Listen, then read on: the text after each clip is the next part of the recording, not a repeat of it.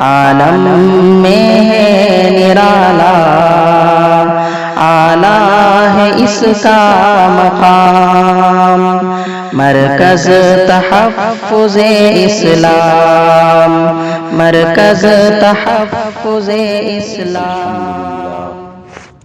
الحمد لله نحمده ونستعينه ونستغفره ونؤمن به ونتوكل عليه ونعوذ بالله من شرور أنفسنا ومن سيئات أعمالنا، من يهده الله فلا مضل له ومن يضلل فلا هادي له، ونشهد أن لا إله إلا الله وحده لا شريك له، ونشهد أن سيدنا ونبينا ومولانا محمدا عبده ورسوله، أرسله الله تعالى بالحق بشيرا ونذيرا وداعيا إلى الله بإذنه وسراجا منيرا. أما بعد فأعوذ بالله من الشيطان الرجيم. بسم الله الرحمن الرحيم.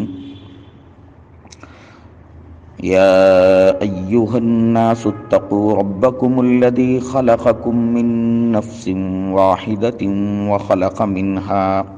وخلق منها زوجها وبث منهما رجالا كثيرا ونساء، واتقوا الله الذي تساءلون به والأرحام، إن الله كان عليكم رقيبا. وقال تعالى: يا أيها الذين آمنوا اتقوا الله حق تقاته ولا تموتن إلا وأنتم مسلمون. وقال تعالى: يا أيها الذين آمنوا اتقوا الله وقولوا قولا سديدا يصلح لكم أعمالكم ويغفر لكم ذنوبكم، ومن يطع الله ورسوله فقد فاز فوزا عظيما. وقال رسول الله صلى الله عليه وسلم: إن أعظم النكاح بركة أيسره مؤنة، أو كما قال رسول الله صلى الله عليه وسلم. سبحان ربك رب العزة عما يصفون، وسلام على المرسلين، والحمد لله رب العالمين. اللهم صل على سيدنا محمد وعلى آل سيدنا محمد وبارك وسلم. اللهم صل على سيدنا محمد وعلى آل سيدنا محمد وبارك وسلم. اللهم صل على سيدنا محمد وعلى آل سيدنا محمد وبارك وسلم. بزرگان محترم، برادران اسلام، دور دراز سے سننے والے معزز سامعین،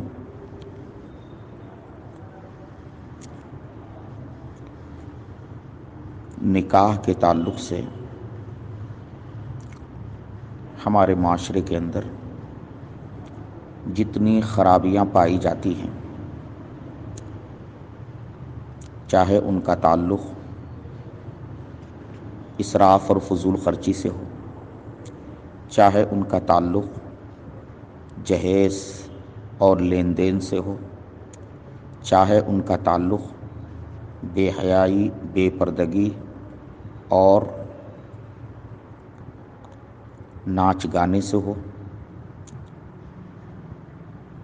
الغرض نکاح سے متعلق جتنی خرافات اور غیر شرعی اعمال کیے جاتے ہیں، ان کی بنیاد یہ ہے کہ امت مسلمہ کی اکثریت نکاح کو عبادت نہیں سمجھتی. نکاح عبادت ہے، اس کے بارے میں علماء نے صراحت فرمائی ہے کہ دو عبادتیں ایسی ہیں جو دنیا میں بھی رہیں گی اور ان کا سلسلہ جنت میں بھی رہے گا، ایک ایمان اور دوسرے نکاح۔ نکاح کے عبادت ہونے کے بارے میں عام لوگوں کا تأثر الگ ہے۔ نکاح کے عبادت ہونے کے لیے آپ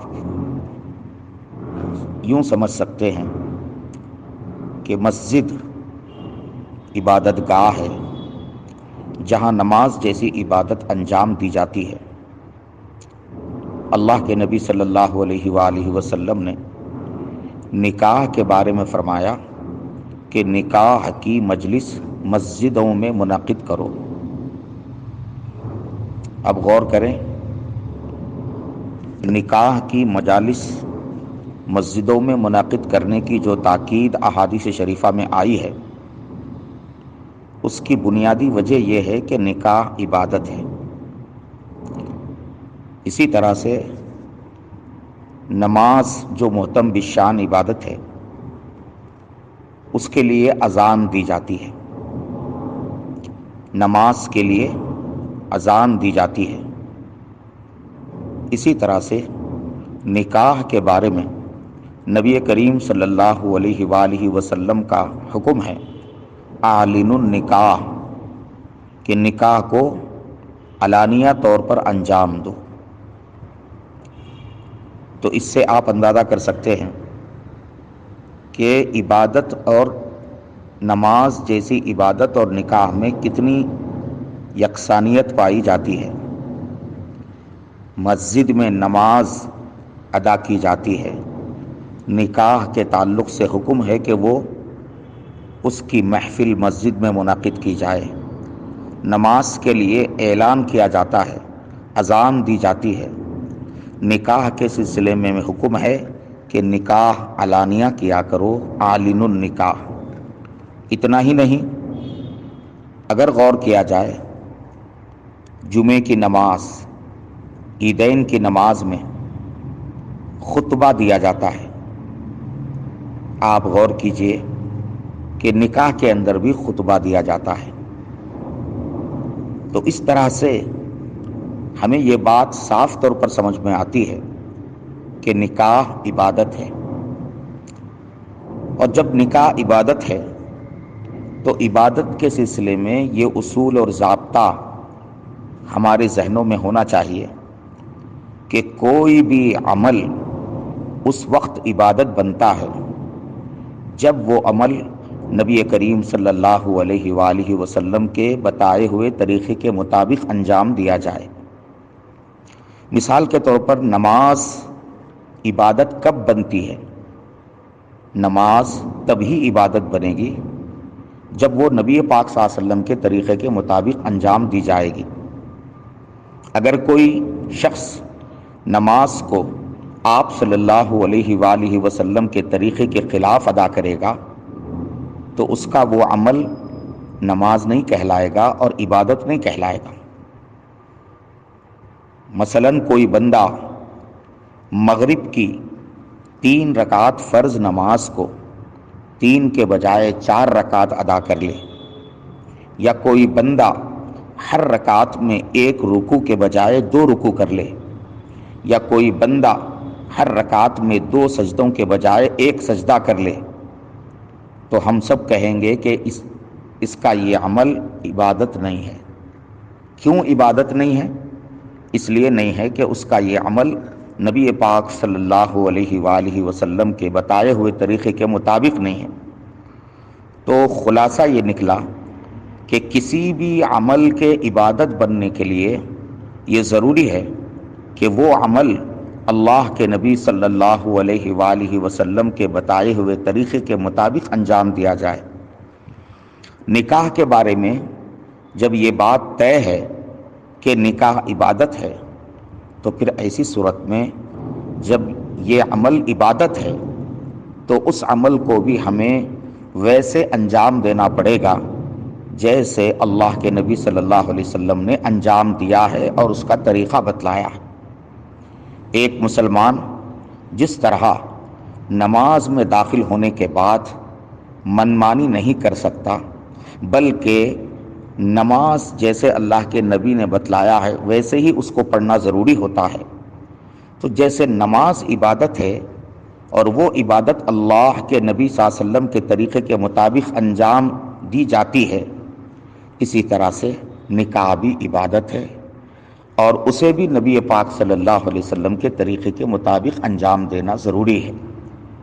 یہ عجیب بات ہے کہ ہم نماز کو تو عبادت سمجھ رہے ہیں اور اسے نبی کریم صلی اللہ علیہ وسلم کے طریقے کے مطابق انجام دینے کا اپنے آپ کو پابند سمجھتے ہیں۔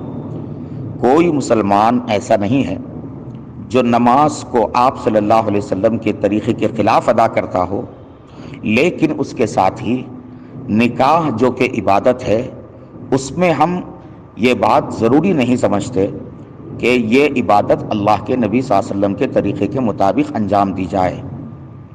معزز بھائیوں، بزرگوں، اگر نکاح کے عبادت ہونے کا تصور امت کے ذہنوں میں بیٹھ جائے اور پھر عبادت چونکہ تبھی عبادت ہوتی ہے جب وہ نبی پاک صلی اللہ علیہ وسلم کے طریقے پر انجام دی جائے، یہ بات ذہن میں بیٹھ جائے تو پھر یاد رکھیے کہ نکاح کے اندر پائے جانے والے سارے خرافات ختم ہو جائیں گے، ساری رسومات ختم ہو جائیں گی اور ساری غیر شرعی حرکتیں جو ہے ختم ہو جائیں گی۔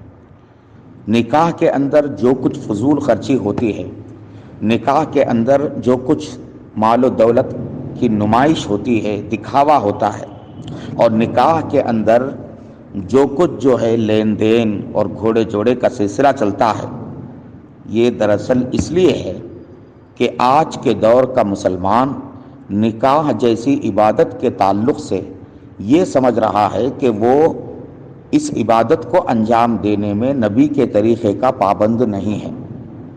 جیسے نماز والی عبادت کو انجام دینے میں ہر آدمی سمجھتا ہے کہ وہ نبی کے طریقے کا پابند ہے، تو ٹھیک اسی طرح سے نکاح جیسی عبادت کو انجام دینے میں آدمی اپنے آپ کو نبی کے طریقے کا پابند نہیں سمجھتا اور اپنے آپ کو آزاد سمجھتا ہے کہ میں نکاح جیسے چاہے کر سکتا ہوں، میں نکاح جیسے چاہے کر سکتا ہوں اور مجھے جو ہے نا کسی چیز کی پابندی مجھ پر نہیں ہے۔ یہ ایک بہت بڑی غلط فہمی ہے، یہ ایک بہت بڑا غلط تصور ہے۔ ایک مومن نکاح کے تعلق سے آزاد نہیں ہے، نکاح عبادت ہے اور یہ عبادت تبھی عبادت بنے گی جب وہ نبی کے طریقے کے مطابق ادا کی جائے گی۔ نکاح جیسی عبادت کو نبی کے طریقے نے کیسے ادا کیا؟ آپ صلی اللہ علیہ وآلہ وسلم نے اس کے اصول و ضوابط بیان فرمائے۔ اگر آدمی نکاح کرتے ہوئے ان اصول و ضوابط کا لحاظ رکھتا ہے تو تب وہ اس عبادت کو نبی کے طریقے کے مطابق انجام دینے والا کہلائے گا اور پھر اسے اس عمل کے اندر خیر و برکت اسے حاصل ہوگی۔ اللہ کے نبی صلی اللہ علیہ وسلم نے نکاح کے تعلق سے جو اصول و ضوابط بیان فرمائے ہیں اور خود ان کو برتا ہے اور صحابہ کرام نے ان کو برتا ہے، اس میں ایک اہم ترین اصول یہ ہے کہ نکاح کے لیے جب رشتے کا موقع آئے تو رشتے کا انتخاب دین کی بنیاد پر کرنا چاہیے۔ اللہ کے نبی صلی اللہ علیہ وسلم نے خود رشتوں کا انتخاب دین کی بنیاد پر کیا ہے۔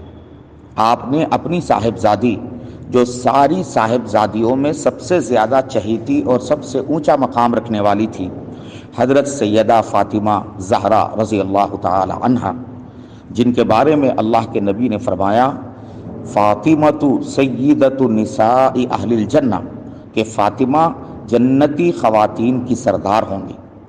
اتنا اونچا مقام رکھنے والی صاحبزادی کے لیے نبی پاک صلی اللہ علیہ وسلم نے جس رشتے کا انتخاب فرمایا وہ حضرت سیدنا علی رضی اللہ عنہ، اپنے داماد کے طور پر حضرت علی رضی اللہ عنہ کا انتخاب فرمایا۔ اور اس وقت حضرت علی کا کیا حال تھا؟ حضرت علی آپ کے چچا حضرت ابو طالب کے لڑکے تھے، اور چچا کی زندگی ہی میں اللہ کے نبی صلی اللہ علیہ وسلم نے، چونکہ چچا کثیر العیال تھے اور وہ جو ہے ان پر مالی بوجھ بہت زیادہ تھا، تو اللہ کے نبی صلی اللہ علیہ وسلم نے چچا کی زندگی ہی میں ابو طالب کو اپنی کفالت میں لے لیا تھا۔ ابو طالب کو حضرت علی رضی اللہ عنہ کو اب اپنی کفالت میں لے لیا تھا۔ حضرت علی آپ کی کفالت میں تھے۔ جب اللہ کے نبی صلی اللہ علیہ وسلم نے حضرت علی رضی اللہ عنہ سے اپنی صاحبزادی کا رشتہ طے فرمایا تو آپ جانتے ہیں کہ حضرت علی کی مالی حیثیت کیا تھی۔ حضرت علی کے پاس مال و دولت کی فراوانی نہیں تھی۔ حضرت علی کے پاس ایک زرہ تھی، اور اللہ کے نبی نے اس زرہ کو فروخت کروایا، اور اس سے جو رقم آئی اللہ کے نبی نے اس میں سے مہر ادا فرمایا، اور میاں بیوی کی زندگی کے لیے جو بنیادی چیزیں ہیں ان بنیادی چیزوں کو خریدا انہی کی رقم سے۔ معزز بھائیوں بزرگوں، آپ اندازہ فرمائیں، اللہ کے نبی اگر چاہتے تو بڑے سے بڑے دولت مند شخص کا انتخاب فرماتے۔ آپ تو نبی اور رسول تھے، اور صحابہ کرام آپ کے قدموں پر نچھاور ہوتے تھے، اور اپنی دولت کو آپ کے لیے قربان کرنے میں اعزاز سمجھتے تھے۔ آپ صلی اللہ علیہ وآلہ وسلم نے اپنی صاحبزادی کے لیے حضرت علی جیسے فرد کا انتخاب فرمایا جو مالی اعتبار سے کمزور تھے، اور خود نبی کریم صلی اللہ علیہ وسلم کے زیر کفالت تھے، اور ان کے پاس نکاح کے وقت کوئی مال اور دولت نہیں تھا، ایک زرہ تھی جس کو فروخت کر کے نکاح کے اخراجات کی تکمیل کی گئی۔ معزز بھائیوں بزرگوں، سوچنے کی بات ہے، آج کے دور میں نکاح جو مہنگا ہو رہا ہے اور نکاح جو مشکل ہو رہا ہے، اس کی بنیادی وجہ رشتوں کے انتخاب کا ہمارا اپنا گھڑا ہوا معیار ہے۔ رشتوں کے انتخاب کے بارے میں نبی رحمت صلی اللہ علیہ وسلم کی ہدایت ہے کہ دین کو بنیاد بنا کر رشتوں کا انتخاب کرو۔ ایک حدیث میں اللہ کے نبی صلی اللہ علیہ وسلم نے فرمایا کہ جب تمہیں اپنی لڑکی کے لیے کوئی دیندار لڑکا مل جائے تو اس سے رشتہ کرو، اگر ایسا نہیں کرو گے تو تکن فتنۃ فی الارض و فساد کبیر، کہ زمین میں فتنہ برپا ہوگا اور بہت بڑا فساد برپا ہوگا۔ آج وہ فساد ہم دیکھ رہے ہیں کہ ہمارے زمانے میں جب لوگوں نے نکاح رشتے کے انتخاب میں بجائے دین کو بنیاد بنانے کے مال و دولت کو اور حسب و نسب کو اور دوسری ختم ہونے والی چیزوں کو جب ہم نے معیار بنا لیا تو آج نکاح مشکل ہو گیا، اور جب نکاح مشکل ہو گیا تو لا محالہ اس کے جو اثرات مرتب ہونے والے ہیں وہ ہو رہے ہیں کہ اس وقت نکاح مشکل ہے اور زنا آسان ہو گیا۔ اللہ اور اس کے رسول صلی اللہ علیہ وسلم نے نکاح کا جو طریقہ بتایا ہے اس طریقے کے اعتبار سے اگر امت مسلمہ عمل کرے تو نکاح آسان ہوگا اور زنا مشکل ہوگا۔ جس معاشرے کے اندر نکاح مشکل ہو جاتا ہے اس معاشرے میں زنا آسان ہو جاتا ہے، اور جس معاشرے میں نکاح جو ہے نا آسان ہوتا ہے اس معاشرے میں زنا جو ہے مشکل ہو جاتا ہے۔ میرے معزز بھائیوں بزرگوں، اس پہلو کو ہمیں خاص طور پر ذہن میں رکھنا چاہیے کہ اللہ کے نبی صلی اللہ علیہ وآلہ وسلم نے رشتے کے انتخاب میں دین کو بنیاد بنانے کی تاکید کی فرمائی ہے۔ جب ہم رشتوں کے انتخاب میں اپنی لڑکی کے لیے لڑکے کا رشتہ ہمیں مطلوب ہو یا اپنے لڑکے کے لیے لڑکی کا رشتہ ہمیں مطلوب ہو تو اگر ہم دین کو بنیاد بنائیں گے تو اس کا فائدہ یہ ہوگا کہ رشتے ملنے میں آسانی ہوگی۔ آج جو معیارات ہم نے مقرر کر لیے ہیں تو اس کی وجہ سے ہو یہ رہا ہے کہ لوگ ایک ایک لڑکے کے لیے کئی سال لڑکی تلاش کرنے میں لگا دیتے ہیں۔ ایک صاحب کہنے لگے کہ آج کل لڑکوں کا حال یہ ہے کہ رشتے کے انتخاب کے لیے وہ سال کے شروع میں 200 جوڑے چپل کے 200 جوڑے لا کے دے دیتے ہیں، اور جب تک ماں باپ گھوم کر ان 200 جوڑے چپلوں کو گھسا نہ دیں تب تک جو ہے رشتے کا انتخاب نہیں ہوتا ہے۔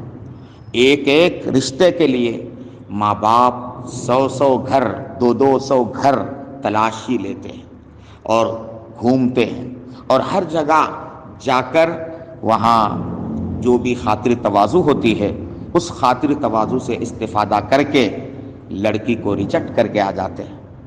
یہ نہیں سوچتے کہ جس لڑکی کو ہم نے ریجیکٹ کر دیا ہے اس کے دل پر کیا گزر رہی ہوگی اور اس کے ماں باپ کے دل پر کیا گزرتی ہوگی۔ سوچنے کی بات ہے۔ یہ سب رشتے کے انتخاب کے غلط معیار کا نتیجہ ہے۔ دین کو بنیاد بنا کر آپ رشتوں کی تلاش کیجئے، پل بھر میں رشتہ مل جائے گا، اور جلد از جلد جو ہے رشتہ مل جائے گا، اور آسانی کے ساتھ جو ہے شادیاں منعقد ہونے لگیں گی۔ معزز بھائیوں بزرگوں، جب لڑکا یا لڑکی نوجوان ہو جائیں تو شریعت میں پسندیدہ یہ ہے کہ اولاد کا نکاح جلد کیا جائے۔ بالغ ہونے کے بعد نکاح میں تاخیر کرنا یہ شریعت میں انتہائی ناپسندیدہ ہے۔ آج جب رشتے کی تلاش کا معیار بگڑ گیا اور دولت کو اور حسن و جمال کو جب بنیاد بنایا جانے لگا تو رشتوں کے انتخاب میں دیر ہونے لگی، کئی سال رشتوں کے انتخاب میں لگنے لگے، تو لا محالہ نوجوان لڑکوں اور لڑکیوں کے نکاح میں تاخیر ہونے لگی۔ اللہ کے نبی صلی اللہ علیہ وسلم نے یہاں تک فرمایا کہ اگر تمہارے لڑکے یا لڑکیاں بالغ ہو جائیں اور وہ لڑکا اگر ہو تو وہ آنے والی دلہن کے لیے نفقہ کا انتظام کرنے کا اہل ہو جائے، اور اس کے باوجود تم نے اگر ان کے نکاح میں تاخیر کی اور اس تاخیر کی بنیاد پر تمہارے لڑکے تمہاری اولاد گناہ میں پڑ گئی تو کل قیامت کے دن تم اس گناہ کے ذمہ دار ہوگے، ماں باپ پر اس کا وبال ہوگا۔ معزز بھائیوں، غور کرنے کی بات ہے۔ نکاح کو آسان بنانے کے لیے سب سے پہلا قدم یہ ہے کہ رشتے کے انتخاب کا جو معیار آج ہمارے معاشرے میں رائج ہے اس معیار کو ختم کرنا چاہیے، اور رشتوں کے انتخاب کا جو اسلامی معیار ہے اسے اپنانا چاہیے۔ اسلامی معیار کیا ہے؟ کہ دین کو ترجیح دی جائے۔ اللہ کے نبی صلی اللہ علیہ وسلم نے ایک حدیث میں ارشاد فرمایا، تنکح المرأة لأربع لمالها ولجمالها ولحسبها ولدینها۔ فرمایا کہ 4 چیزوں کی بنیاد پر عورت کا انتخاب کیا، عورت سے نکاح کیا جاتا ہے۔ نمبر 1 مال کی بنیاد پر، نمبر 2 حسن و جمال کی بنیاد پر، نمبر 3 خاندانی حسب و نسب کی بنیاد پر، نمبر 4 دینداری کی بنیاد پر۔ یہ 4 بنیادیں رشتوں کے انتخاب کی ہیں۔ آگے آپ نے فرمایا فاظفر لذات الدین تربت یداک، اے بندے دیندار عورت کا انتخاب کر کے کامیاب ہو جاؤ، دیندار عورت کا انتخاب کر کے کامیاب ہو جاؤ۔ یعنی مطلب یہ ہے کہ رشتے کے انتخاب کے لیے وجہ بننے والی اگرچہ یہ 4 چیزیں ہیں لیکن کامیابی کس میں ہے؟ فرمایا کہ کامیابی اس میں ہے کہ تم دیندار عورت کو ترجیح دو۔ معزز بھائیوں، غور کرنے کی بات ہے۔ نبی تو فرما رہے ہیں کہ دینداری کی بنیاد پر رشتہ کرنے میں کامیابی ہے، اور ہمارا حال کیا ہے؟ ہمارا حال یہ ہے کہ ہم نے مال و دولت میں کامیابی سمجھ رکھی ہے، ہم نے حسن و جمال میں کامیابی سمجھ رکھی ہے، اور حسب و نسب میں ہم نے کامیابی سمجھ رکھی ہے۔ تو بتائیے ہمارے نکاحوں میں کامیابی کیسے مقدر ہوگی؟ کامیابی تب مقدر ہوگی جب ہم کیا کریں گے؟ خدا کے نبی صلی اللہ علیہ وسلم کے بتائے ہوئے طریقے کو اختیار کریں گے۔ تو معزز بھائیوں، یہ بات اچھی طرح ذہن میں رکھیں کہ اسلام میں جلد نکاح کرنا مطلوب اور پسندیدہ ہے، اور نکاح میں جلدی تب ہو سکتی ہے جب ہم رشتے کے انتخاب میں تاخیر نہ کریں، اور رشتے کے انتخاب میں تاخیر سے تب ہم بچ سکتے ہیں جب ہم رشتے کے انتخاب میں دینداری کو ترجیح دیں، اس کے علاوہ کسی اور چیزوں کی طرف ہماری توجہ نہ ہو۔ تو اس سے جلد جو ہے رشتوں کا انتخاب ہو جائے گا اور جلد نکاح ہو جائے گا، اور جو ہے وہ معاشرہ ہر قسم کی بے حیائی سے اور ہر قسم کی یعنی فحاشی سے وہ معاشرہ محفوظ رہے گا۔ تو ایک تو اللہ کے نبی صلی اللہ علیہ وسلم نے نکاح کے تعلق سے یہ اصول بیان فرمایا۔ نکاح کے سلسلے میں دوسرا اصول کیا ہے؟ نکاح کے تعلق سے اللہ کے نبی صلی اللہ علیہ وسلم نے جو دوسرا اصول مقرر کیا ہے وہ یہ ہے کہ نکاح سادہ سیدھا ہونا چاہیے۔ نکاح سادہ سیدھا ہونا چاہیے۔ نکاح کے اندر کوئی جو ہے مالی صرفہ نہیں ہے سوائے مہر کے، اور وہ مہر بھی اپنی حیثیت کے مطابق دینا ہے۔ ایسا نہیں ہے کہ بھئی لاکھوں روپیے مہر دینا ضروری ہو، آدمی اپنی حیثیت کے مطابق جو مہر جو ہے نا دے سکتا ہے وہ دے۔ اور ولیمے کی دعوت ہے، ولیمے کی دعوت کا بھی کوئی معیار مقرر نہیں ہے کہ بھئی اتنا سارا خرچ ہو تبھی جا کر ولیمہ ہوتا ہو۔ اللہ کے نبی صلی اللہ علیہ وسلم نے معمولی چیزوں پر بھی ولیمہ فرمایا ہے، اور اللہ کے نبی نے فرمایا کہ ایک بکری کو ذبح کر کے ولیمہ کر لو، اولم ولو بشات۔ معزز بھائیوں بزرگوں، نکاح میں سادگی شریعت کے اندر مطلوب ہے۔ سادگی ہر چیز کے اندر ہونا چاہیے، رشتے کے انتخاب سے لے کر محفل نکاح ختم ہونے تک نکاح میں سادگی ہونا چاہیے۔ سادگی دین اسلام کا طر امتیاز ہے۔ سادگی نبی پاک صلی اللہ علیہ وسلم کی زندگی کا وصف امتیازی ہے۔ آپ اگر چاہتے تو احد پہاڑ آپ کے لیے سونا بنا دیا جاتا، لیکن آپ نے اپنی ذات کے لیے سادگی کو پسند فرمایا۔ آپ نے اپنی ذات کے لیے سادگی کو پسند فرمایا۔ آپ سادہ جو ہے کپڑے پہنتے تھے، اور سادی رہائش گاہ میں آپ قیام فرماتے تھے۔ آپ کا کھانا سادہ ہوتا تھا، آپ کی ہر چیز سادی ہوتی تھی۔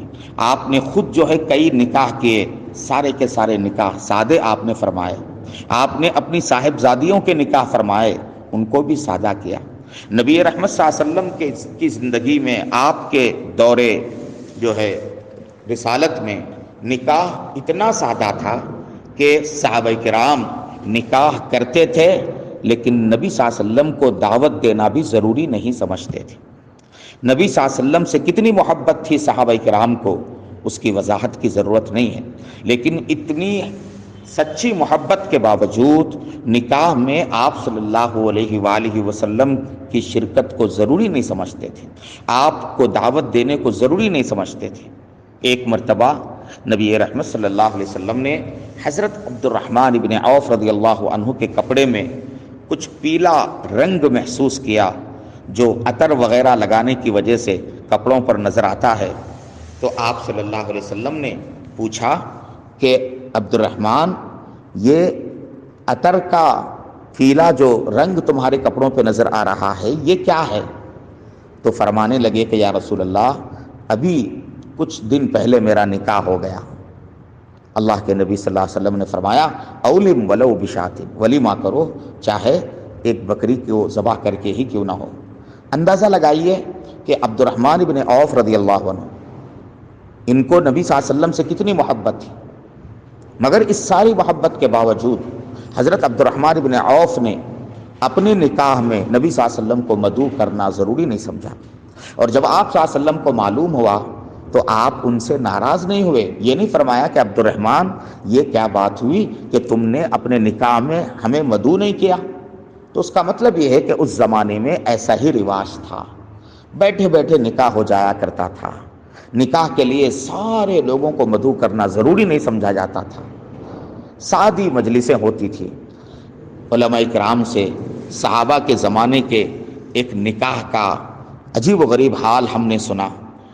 ایک صحابی نے دوسرے صحابی سے گزارش کی کہ فلاں صاحب کی لڑکی سے میں نکاح کرنا چاہتا ہوں، تم میرا پیغام ان کے پاس لے جاؤ، اگر وہ راضی ہو جائیں تو میرا اس لڑکی سے نکاح ہو جائے۔ چنانچہ وہ صحابی اپنے دوست کا رشتہ لے کر ان صاحب کے پاس گئے، لڑکی کے والد کے پاس گئے، اور جا کر انہوں نے بتا دیا کہ میرا ایک دوست ہے، وہ فلاں دوست، وہ جو ہے آپ کی لڑکی سے رشتہ چاہتا ہے۔ تو لڑکی کے والد کہنے لگے کہ ان سے تو میں راضی نہیں ہوں، لیکن تم اگر چاہو تو تم سے میں اپنے لڑکی کا نکاح کرا سکتا ہوں۔ چنانچہ اسی مجلس میں 2 گواہوں کی موجودگی میں ان سے نکاح کرا دیا گیا اور نکاح ہو گیا، ایجاب و قبول ہو گیا۔ اب یہ صحابی جو پیغام لے کر گئے تھے، یہ اپنے دوست کے پاس آئے اور آ کر کہنے لگے کہ بھائی مجھے جو ہے شرمندگی ہو رہی ہے کہ تم نے اپنے رشتے کے لیے مجھے فلاں صاحب کے پاس بھیجا تھا، ان صاحب نے تمہارے لیے رضامندی کا اظہار نہیں کیا، بلکہ انہوں نے یوں کہا کہ ان سے تو میں راضی نہیں ہوں، البتہ تم اگر تیار ہو تو تم سے میں اپنی لڑکی کا رشتہ کرا سکتا ہوں۔ چنانچہ انہوں نے مجھ سے جو ہے نا اپنی لڑکی کا نکاح کرایا اور اسی مجلس میں نکاح ہو گیا۔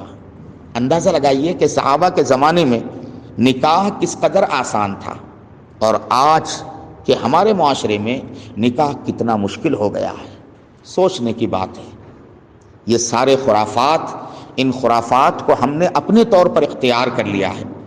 میرے معزز بھائیوں بزرگوں، یاد رکھیں، برکت والا نکاح وہ نہیں ہے جس میں لاکھوں روپے خرچ کیے جائیں، جس کے اندر جو ہے کئی لاکھ کا کرایہ، کئی لاکھ کرائے والے شادی خانے لیے جائیں، اور جس میں جو ہے نا صرف اسٹیج کی تیاری پر 2 لاکھ 5 لاکھ روپے لگائے جائیں۔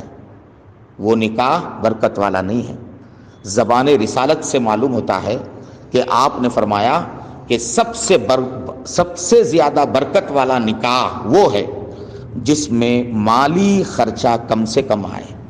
ان اعظم النکاح برکۃ ایسرہ مؤنہ، آپ نے یہ بات ارشاد فرمائی کہ سب سے زیادہ بابرکت نکاح وہ ہے کہ جس کے اندر مالی اخراجات کم سے کم ہوں۔ تو میرے معزز بھائیوں بزرگوں، اس کی طرف ہمیں توجہ دینے کی ضرورت ہے۔ نکاح کو آسان کرنے کی ضرورت ہے۔ ملت کی بیٹیاں دنیا سے رخصت ہو رہی ہیں۔ آپ کو پتا ہے کہ گجرات کی عائشہ نے جہیز اور گھوڑے جوڑے اور جو ہے نا مطالبات کے نتیجے میں اس نے اپنی جان دے دی، اگرچہ اس کا یہ عمل سراسر خلاف شریعت ہے، اور یہ بھی اس لیے ہوا کہ اس کے ماں باپ نے اس کو دین نہیں سکھایا، اس کے ماں باپ نے اس کو جو ہے نہیں بتایا کہ خودکشی کرنا گناہ کبیرہ ہے، اور اللہ کے نبی صلی اللہ علیہ وسلم نے اس کی سخت جو ہے یعنی مذمت فرمائی ہے۔ آپ نے ایسے آدمی کے بارے میں جو خودکشی کر لیتا ہے فرمایا کہ وہ ہمیشہ ہمیشہ جہنم میں جائے گا۔ علماء نے اگرچہ اس کی تعویل فرمائی ہے، لیکن زبان رسالت کی سنگینی کا اندازہ کیا جا سکتا ہے۔ تو یہ عائشہ کا جو واقعہ پیش آیا حالیہ دنوں میں، وہ ایک عائشہ نہیں ہے میرے معزز بھائیوں، ایسی ہزاروں عائشائیں نکاح میں پائی جانے والی خرافات اور رسومات اور اخراجات کا جو ہے رجحان بڑھتا جا رہا ہے، ایسی ہزاروں عائشاؤں نے اپنی زندگی کو ختم کر لیا۔ نئی دلہنیں خودکشی کر کے دنیا سے چلی گئیں، اپنے آپ کو نظر آتش کر کے دنیا سے چلی گئی۔ کیا ہم اب بھی جو ہے خواب غفلت سے بیدار نہیں ہوں گے؟ آخر ملت کی بیٹیاں کب تک جو ہے اپنی جان دیتی رہیں گی؟ کیا ہمیں ہوش نہیں آئے گا؟ کیا ہمیں شعور نہیں آئے گا؟ اس موقع پر میں ان امیروں سے، صاحب ثروت ایمان والوں سے گزارش کروں گا کہ آپ کے پاس دولت ہے اور آپ اپنی دولت کی نمائش کرتے ہیں، آپ کے لیے تو کچھ فرق نہیں پڑتا، لیکن آپ کے اس طرز عمل کے نتیجے میں نکاح جو مہنگا ہو رہا ہے اور سادگی جو ختم ہو رہی ہے، اور اس کے نتیجے میں جو متوسط طبقہ پٹ رہا ہے اور پس رہا ہے، اور جو غریب طبقہ ہے، جو بہت زیادہ غریب ہے، وہ لوگ تو چندہ کر کے اپنی بچیوں کا نکاح کر لیتے ہیں، لوگوں سے مانگ کر جو ہے اس مرحلے سے گزر جاتے ہیں، اور جو امیر ہیں ان کے لیے کوئی مسئلہ نہیں، ان کے پاس دولت ہے، وہ دولت کی ندیاں بہاتے ہیں۔ لیکن سب سے زیادہ مصیبت متوسط طبقے پر پڑتا ہے۔ یہ متوسط طبقہ یہ جو ہے نا مانگ بھی نہیں سکتا، اور یہ رواج کے مطابق جو ہے دولت کی ندیاں بہا بھی نہیں سکتا، تو اب یہ طبقہ پستا ہے، گھٹتا ہے، مرتا ہے۔ میرے معزز بھائیوں بزرگوں، نبی پاک صلی اللہ علیہ وسلم نے نکاح کے لیے جو اصول مقرر فرمائے ان میں سے ایک اہم ترین اصول یہ ہے کہ نکاح سادگی سے کیا جائے، نکاح سادگی سے کیا جائے۔ جو نکاح جتنا زیادہ سادہ ہوگا اس میں اتنی زیادہ برکت ہوگی، اور جو نکاح جتنا زیادہ خرچیلا ہوگا، اسراف اور فضول خرچی کے ساتھ ہوگا، اس سے اللہ تعالیٰ برکت چھین لے گے۔ معزز بھائیوں، گناہ بہت سارے ہیں، گناہ بہت سارے ہیں، لیکن کسی گناہ کے کرنے والے کے بارے میں اللہ کے نبی نے یہ نہیں فرمایا کہ تم شیطان کے بھائی ہو، شیطان کے بھائی ہو۔ لیکن فضول خرچی اور اسراف ایک ایسا گناہ ہے کہ اس کے بارے میں اللہ تعالیٰ قرآن میں فرماتے ہیں کہ ان المبذرین کانوا اخوان الشیاطین وکان الشیطان لربہ کفورا۔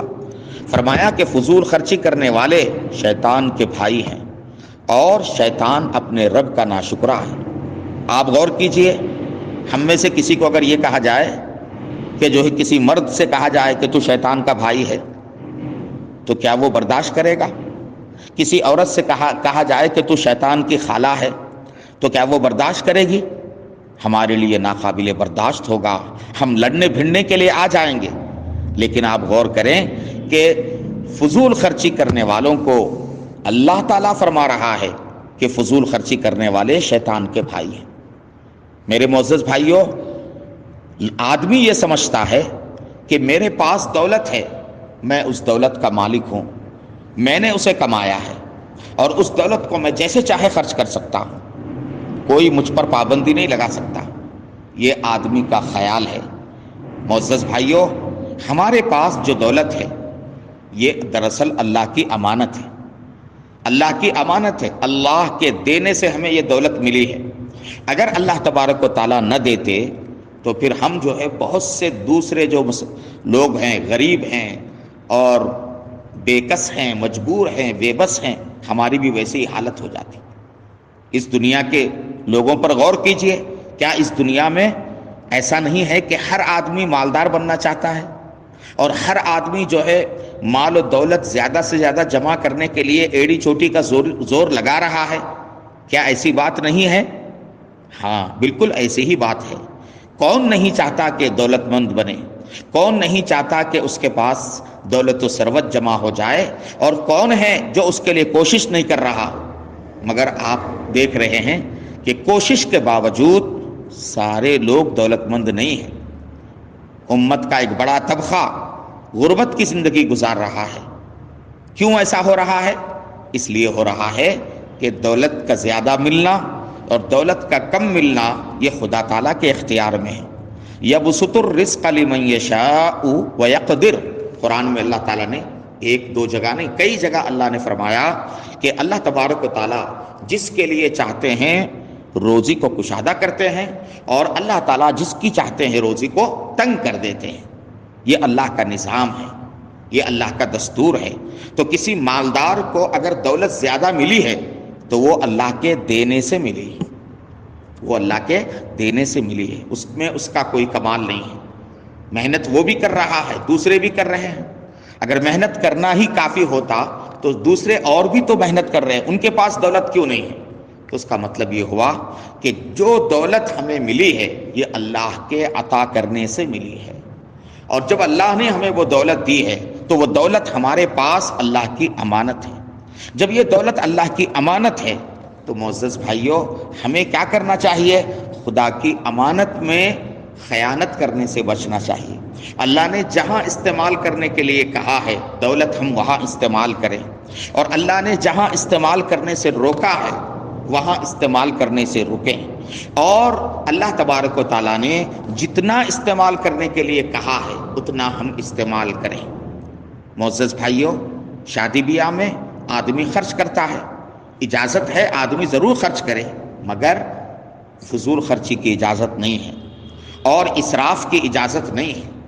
یہ اجازت نہیں ہے کہ آدمی جو ہے دولت کی ندیاں بہائے اور جو ہے کھانے کے اندر سینکڑوں آئٹموں کا انتظام کرے. اللہ اور اس کے رسول صلی اللہ علیہ وسلم کی طرف سے اس کی اجازت نہیں ہے. اگر ہم نے اپنی صاحبزادیوں اور اپنے صاحبزادوں کے نکاح میں ہم نے کیا کیا، اس طرح سے کئی آئٹموں کا ہم نے انتظام کیا اور خوب پیسہ بہایا، یاد رکھیے کل ہم سے اللہ تعالیٰ پوچھیں گے کہ اے میرے بندے، میں نے تجھے بہت زیادہ دولت عطا کی تھی، تو نے اس میں کیا کیا؟ کیا میں نے تجھے یہ دولت اس لیے دی تھی کہ تو اپنے بیٹے یا بیٹی کے نکاح میں اس کو بہائے اور لوگوں کے درمیان نمائش کرے؟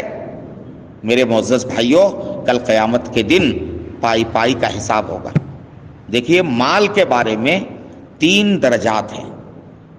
مال کا ایک درجہ تو یہ ہے کہ جو مال آدمی اپنی ضروریات پر خرچ کرے گا اس میں اللہ تعالیٰ کی طرف سے حساب ہوگا، اور جو مال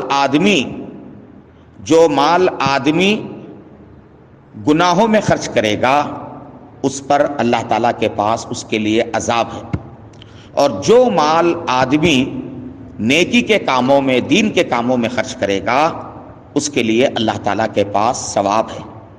یہ مال کے 3 جو ہے اعتبارات ہیں. مال اگر ہم گناہوں میں خرچ کرتے ہیں، جیسے فضول خرچی گناہ ہے، مال اگر ہم گناہوں میں خرچ کرتے ہیں تو اللہ کے پاس اس پر عذاب ہے. مال اگر ہم اپنی ضروریات پر خرچ کرتے ہیں تو ضرورت سے زیادہ اگر ہم خرچ کریں گے تو اس پر حساب ہوگا. ضروریات پر خرچ کرنے میں حساب ہے، اور مال اگر نیکی کے کاموں میں اور خدا و رسول نے جہاں خرچ کرنے کے لیے کہا ہے وہاں اگر ہم خرچ کرتے ہیں تو اللہ تعالیٰ کے پاس اس پر ہمیں ثواب ملے گا. ہم غور کریں کہ ہم جو اپنا مال خرچ کر رہے ہیں، آیا وہ مال عذاب کے خانے میں جا رہا ہے یا ثواب کے خانے میں آ رہا ہے؟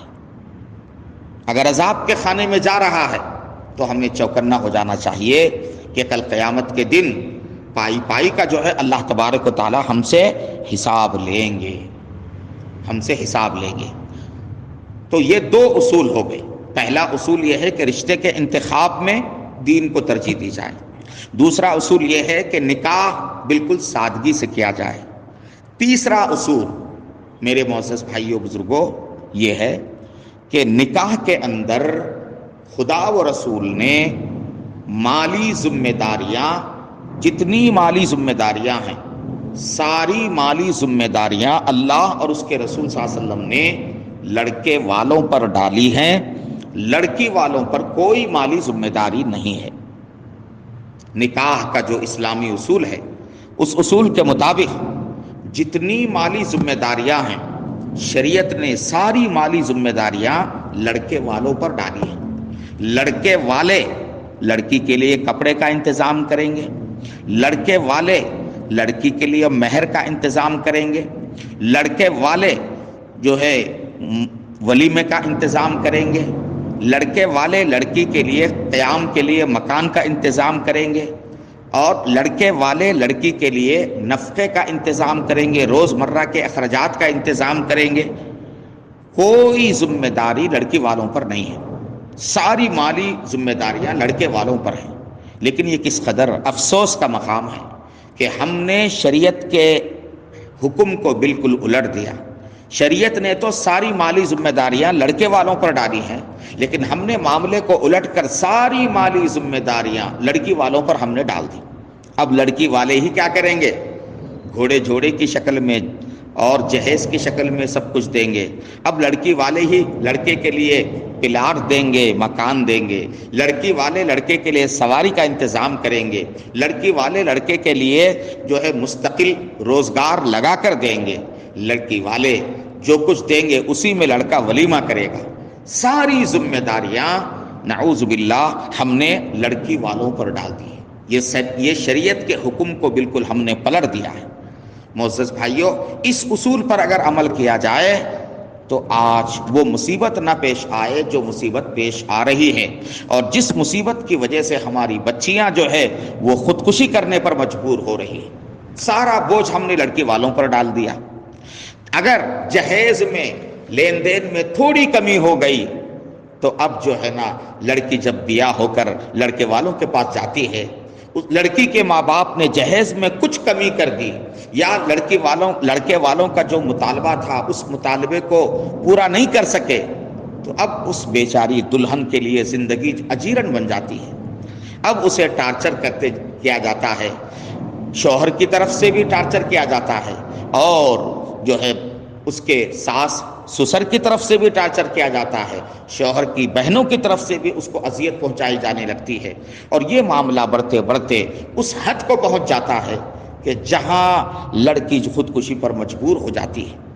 معزز بھائیوں، سوچنے کی بات ہے، غور کرنے کی بات ہے۔ ہندوستان میں، ہمارے ملک میں ہزاروں بچیاں اب تک جو ہے نا جہیز کی لعنت کی بھیٹ چڑھ چکی ہیں، جہیز کی لعنت کی بھیٹ چڑھ چکی ہیں، اور ملت کے نوجوانوں کو اخبارات میں، سوشل میڈیا میں اس کی خبریں آتی رہتی ہیں، مگر یہ ملت کے نوجوان، ان کی غیرت حمیت ختم ہو چکی ہے۔ یہ کبھی یہ نہیں کہتے کہ ہم شادی کے موقع پر ذرہ برابر مطالبہ نہیں کریں گے، جہیز کا مطالبہ نہیں ہوگا، بلکہ ہمارا مطالبہ یہ ہوگا کہ ہمیں جہیز نہ دیا جائے، تب ہم شادی کریں گے۔ آخر ہمارے نوجوانوں میں کب غیرت آئے گی، اور ان کو کب اس بات کا احساس ہوگا کہ جہیز مانگنا اور مطالبہ کرنا یہ بھی ایک قسم کی بھیک ہے، جس کو ہم گداگری کہتے ہیں۔ لوگوں سے بھیک مانگنا برا سمجھا جاتا ہے، خود ہم اگر ہمارے پاس کوئی بھیک مانگنے والا گداگر آئے تو ہم نچلی نگاہ سے اسے دیکھتے ہیں۔ لوگ جو ہے چوراستوں پر اور سگنلوں پر بھیک مانگتے پھرتے ہیں، اور انہوں نے اپنا پیشہ گداگری کو اپنا پیشہ بنا لیا ہے، اور ہر آدمی ان کو نچلی نظر سے دیکھتا ہے۔ کیا یہ گداگری نہیں کہ ہم لڑکی والوں سے مطالبہ کریں؟ کیا لڑکی والوں کی طرف سے جو کچھ دیا جاتا ہے وہ خوش دلی سے دیا جاتا ہے؟ ایک مانگنے والا فقیر گداگر جو ہے نہ دینے پر اصرار کرتا ہے، اب آدمی کیا کرتا ہے، اس کے اصرار سے اس سے جان چھڑانے کے لیے کچھ نہ کچھ پیسے اس کو دے دیتا ہے۔ کیا یہی بات جہیز کی شکل میں اور مطالبات کی شکل میں ہمارے معاشرے میں نہیں پائی جا رہی؟ کیا آسانی کے ساتھ لڑکی والے لڑکے والوں کا مطالبہ پورا کرتے ہیں؟ ہرگز نہیں، یہ گداگری ہے۔ کیسے کیسے معزز کہلانے والے لوگ، مہذب سمجھے جانے والے لوگ، وہ لڑکی والوں کے سامنے ہاتھ پھیلاتے ہیں اور ان سے مانگتے ہیں۔ کس قدر افسوس کا مقام ہے، کس قدر افسوس کا مقام ہے۔ اور دلہا بننے والے کے لیے کیسی یہ غیرت کی بات ہے، بے غیرتی کی بات ہے کہ وہ جو ہے لڑکی کو اپنے لیے مانگ رہا ہے، لڑکی کو اپنے لیے حلال کر رہا ہے۔ ہونا تو یہ چاہیے کہ لڑکی کو دے دلا کر اور لڑکی کو خوب جو ہے عطا کر کے وہ لڑکی کو اپنے لیے حلال کر لے۔ ہمارے حضرت مولانا امیر ملت اسلامیہ مولانا حمید الدین حسامی عاقل رحمۃ اللہ علیہ وہ اکثر فرمایا کرتے تھے کہ دیکھو، ایک معمولی مرغا جب اپنی حاجت پوری کرنے کے لیے مرغی کو ترغیب دیتا ہے تو دانا چگنے اور دانے ڈالنے کا جو ہے نا انداز اختیار کرتا ہے کہ دے کر اس سے اپنی ضرورت پوری کی جائے۔ لیکن تم نوجوان کیسے بے غیرت ہو کہ لڑکیوں کو اپنے لیے حلال کر رہے ہو اور انہی سے جو ہے مطالبہ کر رہے ہو۔ کس قدر جو ہے نا بے غیرتی کی یہ بات ہے۔ تو معزز بھائیوں بزرگوں، یہ تیسرا اصول ہے نکاح کو آسان کرنے کے لیے کہ اللہ اور اس کے رسول صلی اللہ علیہ وسلم نے نکاح کے اندر ساری مالی ذمہ داریاں لڑکے والوں پر ڈالی ہیں، لڑکی والوں پر کوئی مالی ذمہ داری نہیں۔ اس کو ہم جو ہے اس کے احیاء کی ضرورت ہے۔ آج ایسا ماحول بنانے کی ضرورت ہے کہ لڑکی والوں پر کوئی مالی ذمہ داری نہ رہے، اور ساری مالی ذمہ داریاں شریعت کے مطابق جو ہے وہ لڑکے والوں پر ڈالی جائیں، تو تب جا کر نکاح آسان ہوگا، اور تب جا کر یہ بچیوں کی خودکشیوں کا سلسلہ رکے گا، اور تب جا کر جو ہے ملت اسلامیہ کی رسوائی کا سلسلہ جو ہے موقوف ہو سکے گا۔ ہمیں اس پر ٹھنڈے دل سے غور کرنا ہے۔ اسی طرح سے اللہ کے نبی صلی اللہ علیہ وسلم نے نکاح کے اصولوں میں سے ایک اصول یہ بھی بتایا کہ نکاح کی مجلس کے اندر کوئی خلاف شرع حرکت نہ ہو، مجلس نکاح میں، محفل نکاح میں خلاف شریعت کوئی بات نہ ہو، بے حیائی نہ ہو، بے پردگی نہ ہو۔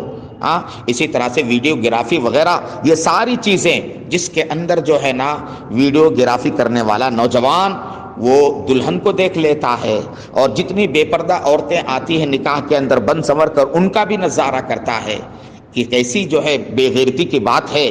جس دلہن کو اس کا شوہر دیکھنا چاہیے اور اسے پردے میں رہنا چاہیے، تو سب سے پہلے اس دلہن کو ویڈیو گرافی کرنے والا نوجوان دیکھ لیتا ہے اور خوب جو ہے اس سے لطف اندوز ہوتا ہے۔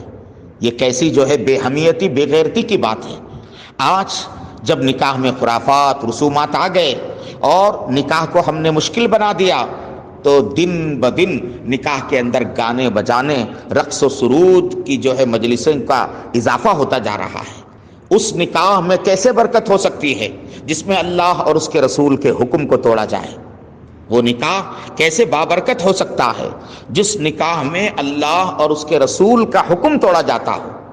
تو میرے معزز بھائیوں، بزرگوں، ہمیں نکاح کے سلسلے میں اپنی ذمہ داریوں کو محسوس کرنا ہے۔ نکاح کو آسان بنانے کے لیے پتہ نہیں برسوں سے علماء کرام توجہ دلاتے آ رہے ہیں، اور نکاح کو مشکل بنانے پر ملت اسلامیہ کے اندر جو مشکلات پیش آ رہی ہیں، اس کے جو منفی اثرات پڑ رہے ہیں، اس کا تذکرہ برسوں سے کیا جا رہا ہے، لیکن کوئی ہمارے اندر تبدیلی نہیں آتی۔ لوگ سنتے ہیں کہ گھوڑے جوڑے کا مطالبہ درست نہیں، جہیز کا مطالبہ درست نہیں، لڑکی والوں سے کسی بھی قسم کا مطالبہ حرام ہے، یہ سب کچھ سنتے ہیں، لیکن جب اپنی اولاد کے نکاح کا موقع آتا ہے تو وہ لڑکی والوں سے مطالبہ کیے بغیر نہیں رہتے۔ معزز بھائیوں، ہمیں سوچنے کی بات ہے، آخر کب تک جو ہے نکاح مشکل ہونے کی وجہ سے امت کے اندر حادثات اور سانحات پیش آتے رہیں گے، اور کب تک ہماری بچیاں جو ہے خودکشی کرتی رہیں گی؟ عملی قدم اٹھانے کی ضرورت ہے۔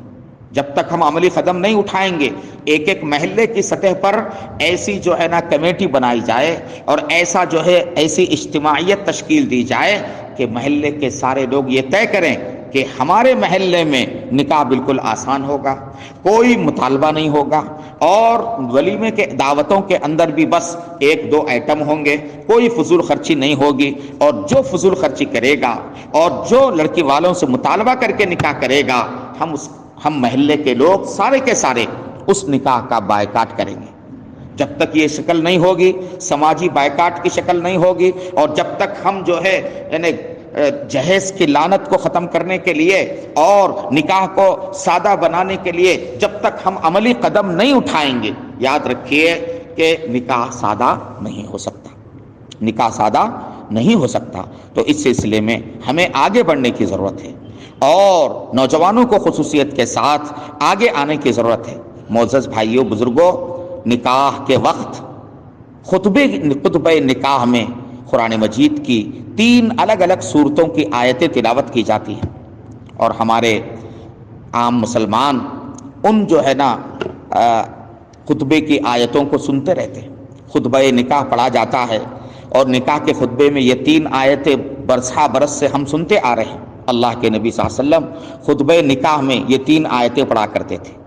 یہ 3 آیتیں الگ الگ صورتوں سے تعلق رکھتی ہیں، لیکن تینوں آیتوں کے اندر اللہ پاک نے ایک ہی چیز کا مطالبہ کیا ہے، اور وہ چیز ہے تقوی، اللہ کا ڈر اور خوف خدا۔